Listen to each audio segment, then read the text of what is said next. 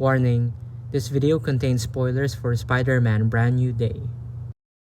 Spider-Man Brand New Day just came out, and it has become my favorite MCU Spider-Man film.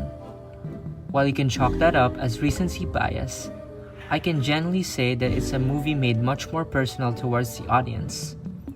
What I mean by this is that the movie's core themes heavily resonate with today's times quite well, making it much more grounded and relatable compared to the home trilogy.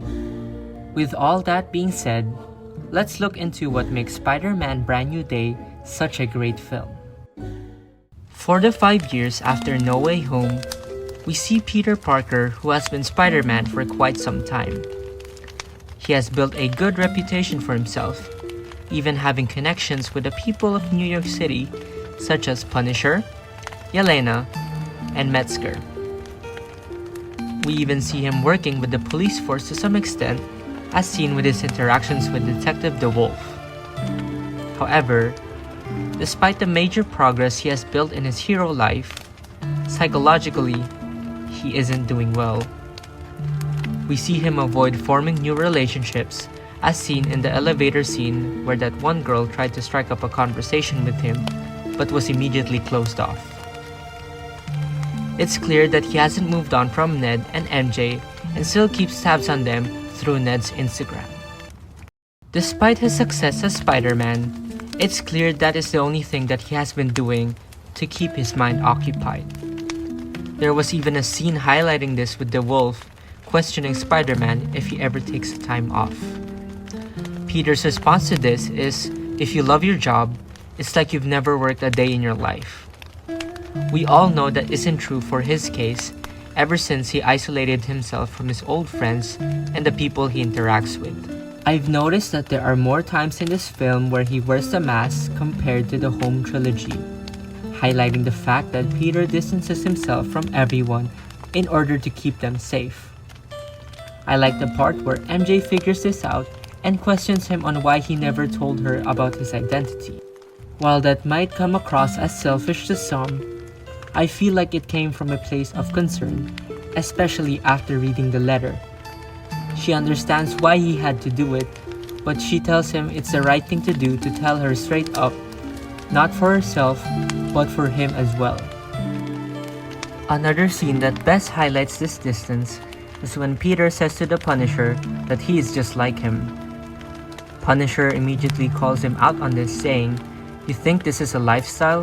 This is a sentence." The Punisher is reminding Peter that while his friends are still present, might as well talk to them.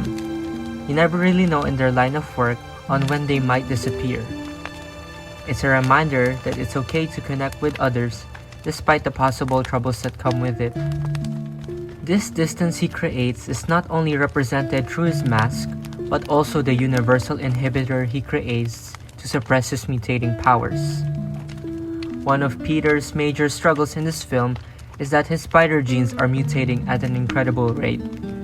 Not only does this give him a boost in power, but also organic webbing like Toby's. Because of the rapid evolution, he cannot control his powers and becomes more spider-like. The way that Peter sees this is something that needs to be suppressed. This is where he meets up with Dr. Banner to ask him if he could suppress the bad parts.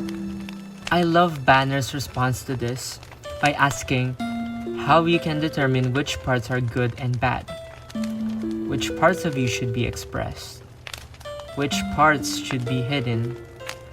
Why hide what makes you, you? We all know that Peter's deep sense of responsibility is his greatest strength, but it comes at the cost of his personal life. I like how in this movie, they present responsibility not as a burden, but as something that he must share with those around him. Peter uses Spider-Man as his means to enact his own beliefs, but somewhere along those lines, he used Spider-Man as a means of escaping from his own problems. He thought that by constantly being Spider-Man, that he would be able to ignore the pain of loneliness, disconnection, and isolation. He suppressed his own needs and it led to him spiraling downwards. The truth is that we should accept all parts of ourselves that need help. We shouldn't neglect our own needs for connection because that is part of being human. And being human is to fulfill those needs. Otherwise, we wouldn't be able to be ourselves.